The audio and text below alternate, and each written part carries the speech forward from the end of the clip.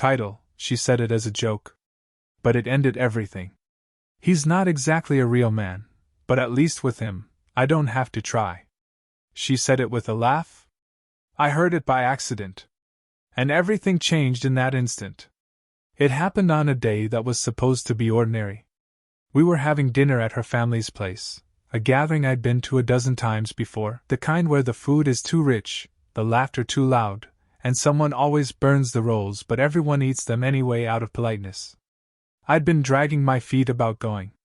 These events weren't my thing. I never quite fit in, always felt like a background character in the sitcom of her loud, southern, deeply interconnected family. But I went. Because Savannah asked? Because her dad was turning 60, and she said it mattered. Because when someone you love asks, you show up. So I did. Her parents lived in a big house on the edge of town, a wide porch with squeaky steps, the kind of yard where kids ran barefoot, and someone's uncle always had a story about a fish that got away. It was warm, too warm, and the air clung to my skin. Still, I tried. I stood in the yard with her cousins, sipping beer, pretending to care about property taxes and new fencing regulations like it mattered to me. Someone called out from the porch, said we were out of hot sauce. Savannah's cousin Darnell looked over at me and said, "Hey, Nate, you mind grabbing some from the kitchen?" I nodded and stepped inside. And that was it. That was the moment. Just a normal moment, nothing dramatic. No thunder. No music swelling. But it changed everything. I walked into the kitchen. Savannah was there, leaned against the counter with her sisters, Marlene and Cassidy. The three of them were laughing, sipping from tall glasses filled with ice and something that looked too pink to be just juice. Their bare feet were tucked beneath them like teenagers at a sleepover. I had just crossed the threshold when I heard her say it. "He's not exactly a real man," she said, her voice casual, light, laced with amusement. "But at least with him I don't have to try." There was laughter. Loud. Full. Cassidy gasped, shouted, "Save! You're awful!" Marlene howled. And Savannah? She just shrugged and sipped her drink. "I mean, it's true." My hand was already on the bottle of hot sauce when I froze. I don't think they knew I was there. Or maybe they did. Maybe they thought I was too far to hear. Or maybe they didn't care. But I heard every word. Every damn syllable.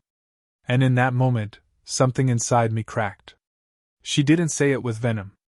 She wasn't mad. She said it like it was obvious. Like it wasn't even worth arguing about. Like it had been said before. I didn't speak. I didn't storm in or demand answers. I turned and walked out the side door, the bottle still in my hand, my pulse roaring in my ears. The heat outside slapped me like a reminder that the world was still turning. Darnell looked up from the grill and asked if I was good. I lied. Said yes.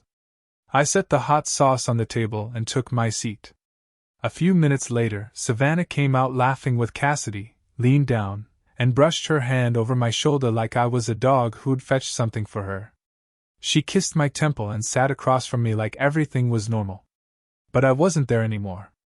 Not really. I watched her eat. Watched her joke with her cousins and laugh so freely, so comfortably. I watched her dance barefoot with her niece, swayed to a song playing from someone's old speaker. And I felt like I was watching a stranger in my wife's skin. She looked alive. Vibrant. Sharp. Like someone I didn't recognize. The food tasted like nothing. My beer was warm. My fingers were numb. I sat quietly, nodded when spoken to, smiled when someone looked my way. But inside? Everything had gone still. Not angry. Just still. That was what scared me the most. Not rage. Stillness. The kind of stillness that only comes when something deep inside you has died. We drove back to the motel just after 10. She was buzzing from wine and attention.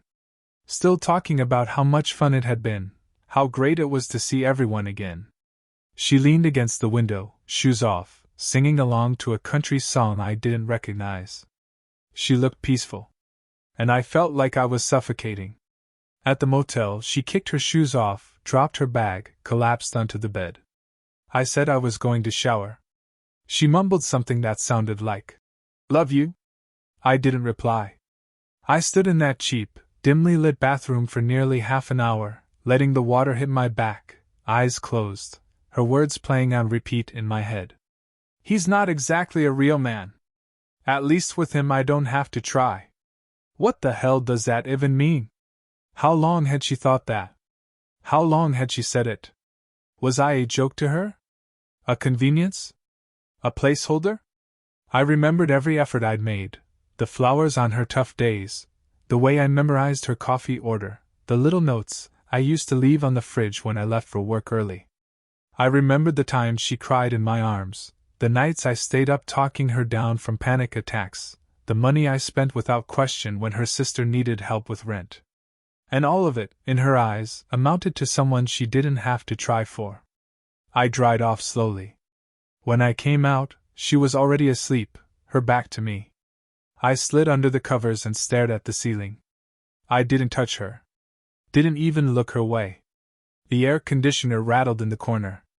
And for the first time since we'd met, I felt nothing when I looked at her silhouette. No love. No desire. No sadness. Just silence. The kind that doesn't fill space, it replaces it. She woke up humming like she had the day before, like she hadn't said what she said in that kitchen, in front of her sisters, laughing with a glass of wine and a mouth full of arrogance. She moved around the motel room like it was just another sunny morning and not the day after she casually gutted me in the middle of her family's celebration. She wore my t-shirt, the one she always stole when she wanted to feel comfortable, and I looked at her like I was seeing a stranger wrapped in a memory I didn't trust anymore. "You want coffee?" she asked, halfway through a yawn. I shook my head. She raised her eyebrows. "Not even hungry?" "Didn't sleep well." She frowned, like she was trying to read me, but not hard enough. "You okay?" I nodded once. Said nothing. She shrugged, turned back toward the sink, and started making coffee. 2 creamers, 1 pack of honey, just the way she liked it. I watched her go through the motions while I sat on the bed staring at my shoes, wondering how many mornings I'd spent trying to make her life easier while she joked behind my back about not having to try around me. We packed up in silence. In the car, she filled the space like she always did, stories about her cousins, her niece's new obsession with unicorns, her mom's cobbler, her uncle's strange speech about fishing, Cassidy's playlist, the humidity, the sunburn she was already feeling behind her knees. I nodded when appropriate. Mumbled replies when necessary. Let her talk. I didn't tell her that every word she said sounded like background noise in a room I no longer wanted to stand in. She didn't notice. Or maybe she didn't want to. Halfway home, she asked, "Do you ever feel like we've been together too long to surprise each other?" I looked at her. She was smiling, casual, legs pulled up in the seat like she was 17 and daydreaming about the future. I didn't answer. I turned the music up just enough that we didn't have to keep going. By the time we pulled into the driveway, I had decided I wasn't going to confront her. Not yet. Confrontation lets people perform. It lets them prepare. It gives them the advantage of a defense. What I wanted was truth. The raw kind. The kind you only get when someone thinks they're still fooling you. So I waited. Watched. She moved like nothing had changed. Cooked that night. Sat beside me on the couch. Tried to pull my hand into hers like she was rehearsing the role of a wife instead of feeling it. I let her. Not because I needed comfort, but because I needed to know how easily she could lie while pretending to love me. That night, while she showered, I noticed her phone buzz twice on the counter. I didn't touch it. I didn't need to. The message preview said enough. From an unsaved number. "Still thinking about that joke yesterday, you wild." She came out humming, towel around her shoulders, face flushed from the heat of the water. She kissed me on the shoulder and moved past me without a second glance. I stared at the phone for 10 straight minutes. Later that night, when she turned over and her breathing settled into something rhythmic and fake, I unlocked her phone. Same passcode. Still too trusting. Still not worried enough about being discovered. The last open message thread was with Marlene. They weren't talking about work or family. They were talking about me. "You and Cassidy are so mean, poor Nate," Marlene had written. Savannah replied, "LOL, I know. But come on. You've seen him. He's like a labrador in flannel. Loyal but clueless." I placed the phone back where it was. Gently. I didn't want to leave fingerprints on a crime scene she didn't know I'd walked through. The next few days were just a test of how long I could act normal. She noticed something was off. Asked questions. Smiled too much. Cooked more. Touched me when I walked past. Wore the perfume I said I liked, the one she hadn't touched in months. It was all surface. There was nothing underneath it but the echoes of things she used to feel before she decided I wasn't enough. And the worst part? I could have forgiven a lot of things. Distance. Boredom. Even the thought of someone else. But not that. Not the laughter. Not the way she reduced me to a joke. One afternoon, she was on the phone in the kitchen, laughing at something Cassidy said. Her voice echoed down the hall, full of comfort. Familiar. And it made me sick. I started a folder. Printed screenshots. Notes.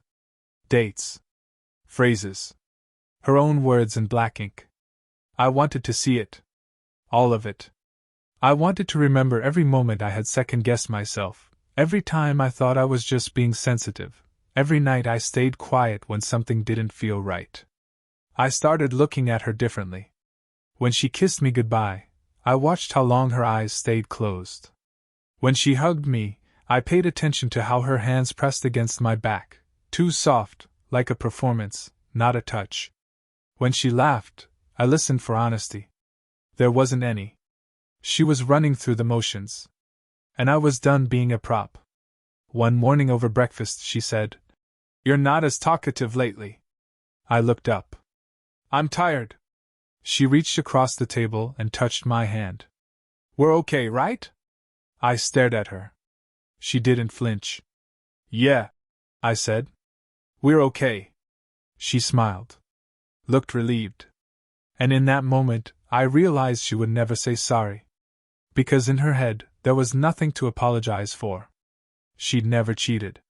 Not physically. She never hit me. Never screamed. Never left bruises. She just slowly erased the man she promised to love until there was nothing left but a routine and a half-hearted laugh in a kitchen I wasn't supposed to be standing in. That night, I went for a drive.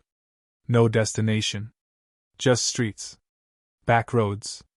Parking lots. The quiet hum of tires and headlights as my only companions. And I made a decision. I wasn't going to leave in anger. I wasn't going to scream. I was going to vanish.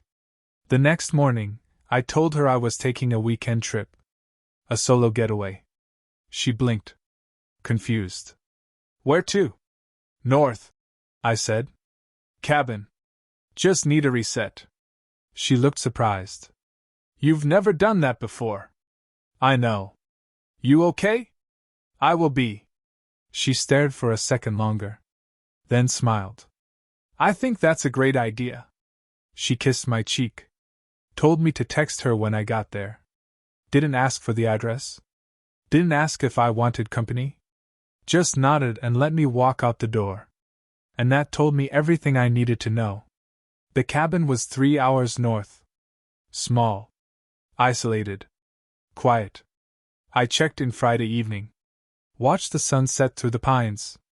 Opened a bottle of whiskey I hadn't touched since we moved in together. Sat on the porch and listened to nothing. For the first time in years, the silence didn't feel like punishment. It felt like freedom. I wrote in a notebook. Not about her. About me. Who I used to be. Who I let myself become. Who I wanted to be when this was over. I made a list of things I wanted to reclaim. My voice. My self-worth. The ability to wake up without wondering what part of me wasn't good enough. And at the bottom of the page I wrote, "I may have stayed too long. But I'm not staying 1 second more." The next morning, I woke early. Took a walk. Breathed in the scent of wet bark and pine needles. Felt human again. And that was when I knew I was going to end it. Quietly. Completely. And in a way she would never forget. When I got back from the cabin Sunday night, the house smelled like rosemary and lemon. A candle, one of the expensive ones she saved for special dinners or long baths, was flickering on the counter. She had made dinner, pasta, garlic bread, salad. The table was set. 2 glasses of wine already poured. I walked in and placed my overnight bag by the stairs. She was standing at the stove, stirring sauce with one hand, wearing the same hoodie of mine she used to steal when we first started dating. She turned when she heard the door, grinned like a girl welcoming her boyfriend home after a weekend trip. "You're back earlier than I thought," she said. I nodded. "No traffic." She walked over, stood on her toes, kissed my cheek. "Miss you," she whispered, almost as if she thought I might say it back. I didn't. She stepped back and looked at me like she was trying to search for clues, trying to figure out what version of me had returned. But I kept my face neutral. Calm. Not because I was pretending. Because I truly felt nothing anymore. Dinner was warm. The food was good. The wine was too sweet. She talked about her weekend. A new yoga instructor. Her friend Chelsea's baby shower. A funny tweet. I smiled and nodded. Just like always. But something about the way I was quiet must have gotten to her. "You okay?" she asked. I looked up from my plate. "Yeah." "Really?" "Yeah. You've been a little, I don't know, distant lately." I set my fork down. "You want me to say what you want to hear, or do you want the truth?" She blinked. "The truth." I nodded. "I'm tired." "Of what?" I shrugged. "Of pretending." She opened her mouth, but I stood before she could say anything else. Picked up my plate. Brought it to the sink. "I'm going to shower." I heard her sigh behind me. But she didn't follow. In the bathroom, I let the water run hot. I stood under it until my skin stung, until the noise drowned out every thought in my head. Then I dried off, dressed, went to bed. She came in 20 minutes later, moving carefully, her energy muted. She slid under the blanket. Her foot reached for mine. I moved away. She didn't try again. The next morning, I woke up early. Earlier than usual. She was still asleep, one arm draped across my side like she still thought this was her place to rest. I moved it gently, got up, and started making coffee. I watched the pot fill. Thought about the message Cassidy sent her 2 days before. Thought about the video. The laughter. The receipts. The list in my drawer. The way she looked at me when I walked in last night like nothing had happened. She didn't think she'd lost me. She thought I was still salvageable. And that was her mistake. When she came down 30 minutes later, she was dressed for work. "I have a late one tonight," she said. "Campaign meeting. Might grab dinner with the team." I nodded. "Sure." She leaned in to kiss me. I let her. She smiled. And I felt like she was kissing a man already halfway out the door. After she left, I made a list. What I needed to take. What I needed to leave. What I wanted her to find. I called my bank. Moved most of my savings to a new private account. Changed passwords. Booked a short-term lease on a furnished apartment across town, nothing fancy, just clean and quiet. I called Cora, the attorney my friend Darren had used during his divorce. We scheduled an appointment. I didn't want revenge. I wanted finality. By noon, I'd packed a duffel bag and placed it in the trunk of my car. I kept my laptop with me. Every trace of her on it had been backed up, archived, and then deleted. Photos, messages, notes. Gone. I didn't want to carry her memory in pixels. That night, she came home at 9:40 p.m. Said the meeting ran late. Said she was starving. I offered to reheat leftovers. She said thanks. We sat on the couch while she ate. She turned on the TV. A rom-com she loved. One of the ones she said reminded her of us in the early days. She kept glancing at me like she wanted to say something, but didn't. When the movie ended, she turned to me. You still love me, right? I looked at her. Straight into her eyes. Yes, I said. Because I did. Just not the way she wanted anymore. She smiled. Relief washed over her face like forgiveness had already been granted. She leaned in and kissed me. Soft. Slow. Familiar. And I let her. Not because I wanted her. Because I wanted her to remember what it felt like to kiss a man right before he left for good. The next day, I met with Cora. I laid everything out. No infidelity in the legal sense. No abuse. No screaming. Just quiet, calculated erosion of a bond one had spent years protecting. Cora listened. Took notes. Asked questions. Her eyes didn't blink much. We can do this cleanly, she said. I don't want anything from her. Then we'll make that clear. I just want it over. She nodded. She sent me the first draft that evening. I printed it. Signed it. Placed it in an envelope with her name on the front. Set it on the dining table next to the vase she'd filled with fresh flowers that morning. Yellow tulips. My least favorite. She didn't remember that. She came home 2 hours later.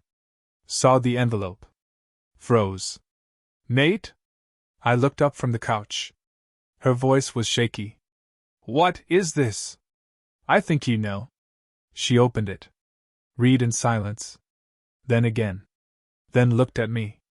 You're divorcing me? I already divorced you. This is just the paperwork. Her mouth opened, then closed. You're serious. I'm not angry, Savannah. Then what is this? This is peace. You're just leaving? You left first, I said. Her eyes welled, but she didn't cry. You're blowing this up over some dumb joke? I laughed then. Really laughed. A joke, I said. You called me a labrador in flannel. You said you didn't have to try. You joked about how I was too clueless to notice. She went still. You were listening? Yes. And you said nothing? For weeks. Why? Because I wanted to see who you'd become when you thought I wasn't watching. She sat down. Hard. I didn't mean it. You meant all of it. That's what made it so easy for you to laugh. I didn't think you'd take it like this. I stood. Then you never really knew me. She started to speak again. I held up a hand. I've got a place. I'll be out by the weekend. You can keep the house. I don't care about the house, Nate. Then don't fight me on this. She looked around the room like she was trying to remember when it stopped being home. Then whispered, I thought we were okay. You thought I wouldn't leave. She said nothing. I walked upstairs. Closed the bedroom door. Started packing. She didn't follow. And that was the last thing I needed to know. The morning after I left the envelope on the table, I woke up before the sun. The house was still, the kind of silence that feels hollow, like something had been scraped clean in the middle of the night. I rolled over to an empty side of the bed. She hadn't come in. I hadn't expected her to. I walked downstairs barefoot, careful not to make noise, though there was no longer a reason to tiptoe around her feelings. The envelope was gone from the table. The vase was still there. The tulips already drooping. In the kitchen, I poured a glass of water. No coffee. No breakfast. No small talk. She came downstairs 20 minutes later, already dressed, her face bare, her eyes puffy like she hadn't slept. She didn't say anything. I didn't either. She poured herself coffee, then walked to the dining table and sat. I stood. She looked at me across the room and said the first words since reading the papers. So that's it? I nodded. You're not even going to talk to me about it. I already did. When? In every silent moment after you joked about not needing to try anymore. Her face fell. I grabbed a suitcase from the hall closet and headed upstairs. She followed halfway. Paused at the bottom. Watched as I began pulling clothes from drawers. I didn't mean it, she said softly. It was a joke. Funny, I said without looking at her. I was just trying to make them laugh. And you did. She went quiet. I zipped one bag. Set it beside the door. You're throwing everything away over one comment? No, I said. You threw it away. I'm just the one putting it in a box. She leaned against the doorway, arms crossed. You're not even angry. I was. Then why didn't you say something earlier? Because you only tell people what hurts when you think they care enough to stop. She looked at me like she wanted to argue. But she didn't. Instead, she turned and walked away. I spent the next few hours packing in silence. A few clothes. My laptop. Books. Headphones. My old watch, the one she never liked but I wore anyway. I left the wedding photo in the drawer. I didn't want to carry it with me. By noon, the car was full. The passenger seat was empty. I stood in the living room for a moment and looked around. The couch we picked together. The coffee table we argued about at IKEA. The rug she spilled wine on 2 summers ago. It all looked the same. But nothing felt familiar anymore. I walked out the door without saying goodbye. She didn't try to stop me. Didn't chase. Didn't cry. I think somewhere deep down, she knew this wasn't about the comment anymore. It was about the rot underneath it. The years of slow disconnection. The way I showed up, fully present, while she drifted toward autopilot. I moved into a furnished one-bedroom across town. Quiet street. 2nd floor. No shared memories. The first night was the hardest. Not because I missed her, but because I didn't. I sat on the new couch and realized I had spent the last year building a life around someone who had already put her feet up on the exit door. The next morning, I called Cora. Told her to file. She said the paperwork was ready to submit. Do you want to serve her officially or let her file uncontested? Uncontested. She hasn't responded since she read it? No. She might. She won't. Cora said she'd move forward. I spent the rest of the day walking. Through unfamiliar neighborhoods. Past houses where no one knew me. Past parks I hadn't stepped into in years. I bought a sandwich from a deli. Ate it on a bench. No one called. No one texted. And it was the first time in months that I didn't feel invisible. Just alone. But the right kind of alone. The kind that lets you hear yourself again. Over the next few weeks, I rebuilt my rhythm. Mornings were slower. I made my own coffee. I cooked what I wanted. I rearranged furniture in ways that made sense to me, not us. I read. Journaled. Took long showers. Played music too loud. Left dishes in the sink. I saw friends. Told a few of them. Some were shocked. Most weren't. They said they had noticed her tone, her glances, the way she spoke about me when I wasn't in the room. Why didn't you say anything? I asked one night. My friend Darren shrugged. You seemed happy. I nodded. That was the thing, wasn't it? Everyone thought I was happy. Including me. Until the joke.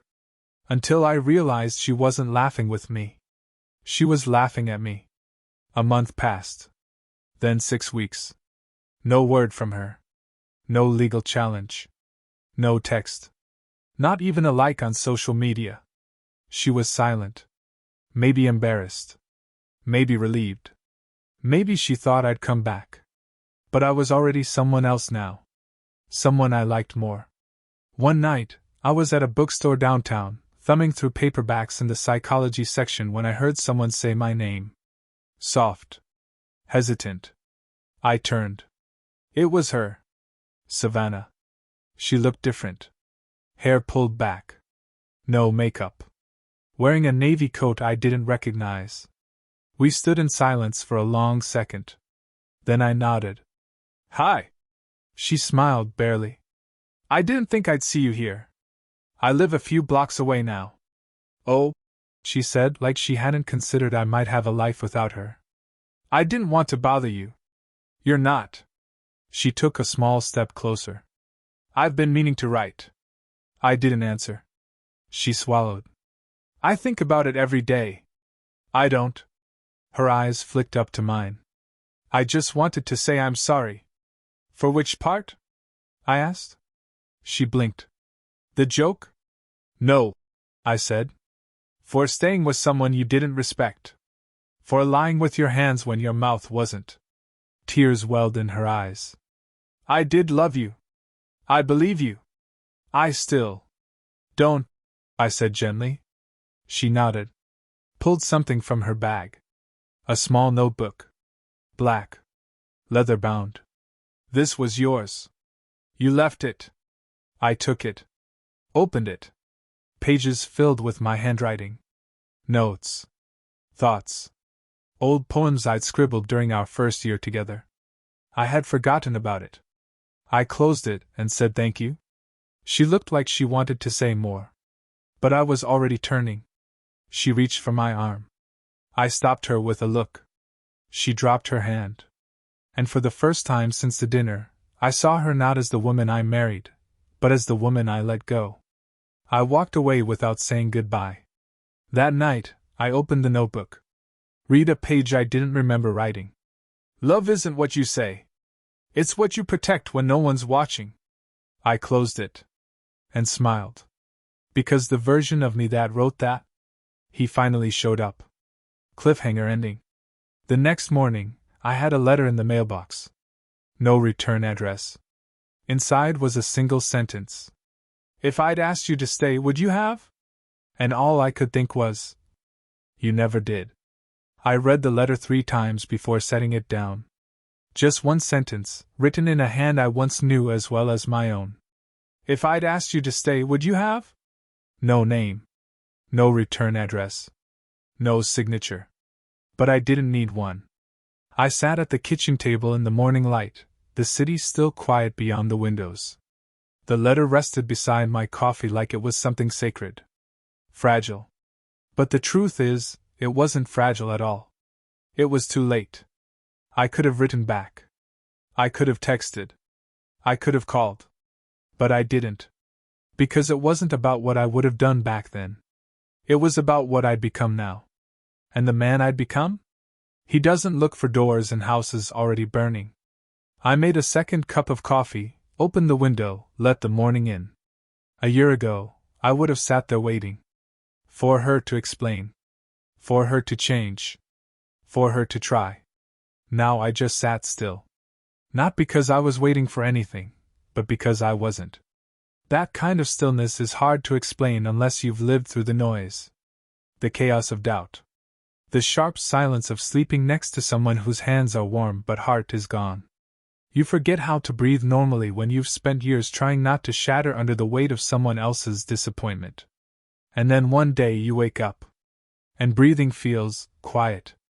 Not empty. Not lonely. Just yours. It took me months to realize I'd been surviving on borrowed oxygen. That she had stopped pouring love into me long before the joke, long before the laughter, long before the dismissive texts to her sisters that made me into a caricature of the man she used to need. She stopped trying. And then blamed me for not noticing fast enough. But that's the thing about good men. We don't leave early. We don't abandon lightly. We stay. Until staying becomes the slowest form of self-burial. That letter she sent wasn't a request. It was a test. A final one. A way to see if there was still a crack in the wall she'd helped build between us. But there wasn't. I had sealed it. With silence. With distance. With dignity. By mid-morning, I folded the letter neatly and tucked it into the back of the notebook she'd returned to me weeks earlier. It didn't belong in the trash. But it didn't deserve a place on my desk either. Later that week, I met a friend for drinks. Just a casual hang at a place I'd come to like, good lighting, better conversation.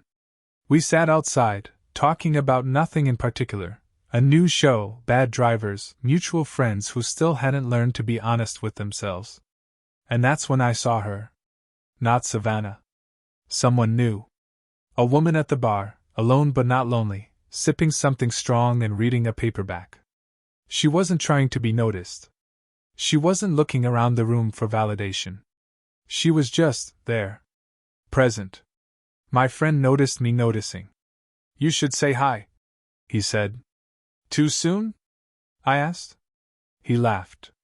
Only if you're still writing poems about the last one. I wasn't. So I did. We talked for 10 minutes. Then 30. Then 2 hours passed. Her name was Kara.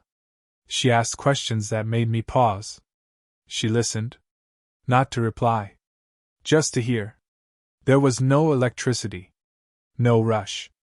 No fireworks. Just calm. And God, I needed calm more than I ever needed chemistry. We exchanged numbers. No promises. But a start. That night, I walked home with a strange feeling. Not guilt. Not fear. Hope. And it scared me in the best way. Because hope is dangerous. But so is living without it. The next morning, I got a message from Kara. Just a simple one. Thanks for making space for real conversation last night. I replied. Thanks for showing up without pretense. And that was it. For now. Later that week, I cleaned out the last drawer in my closet. Found an old shoebox. Inside were receipts from our wedding, dried flowers from her bouquet, a handwritten note from her I hadn't remembered reading. Thank you for loving me even when I forget how to love myself. I placed the box on the floor. Stared at it for a long time. Then stood, opened the window, and burned it.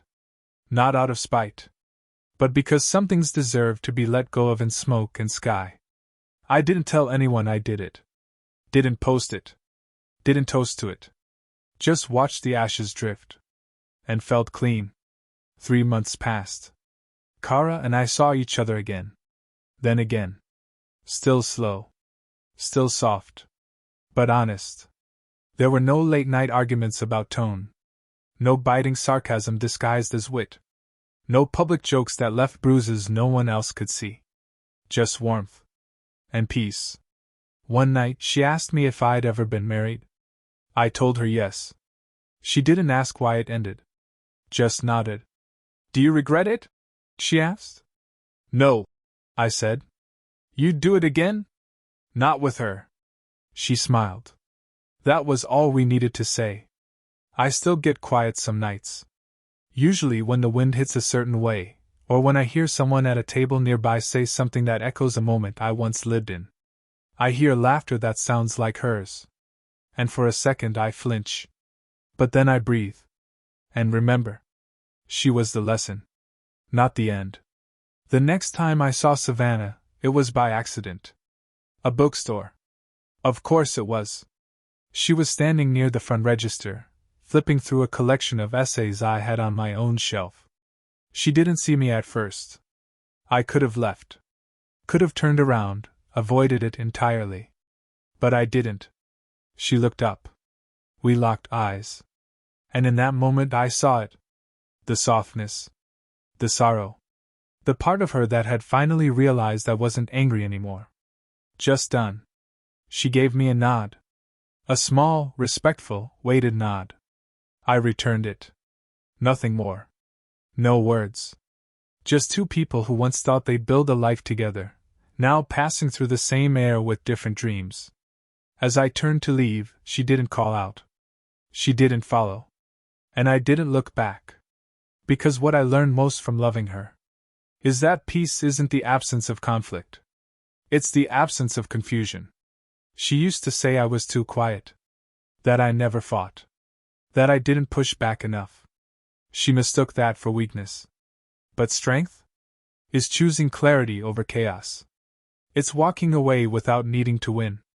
It's being okay with not being understood, because you finally understand yourself. So when the door closed behind me, and the street swallowed me up again, I felt something I hadn't felt since before I met her. Still. Calm. Home. Not in a place. Not in a person. But in me. If you enjoyed this, leave a like, drop a comment, and be sure to subscribe. The secrets are waiting to be revealed. See you soon.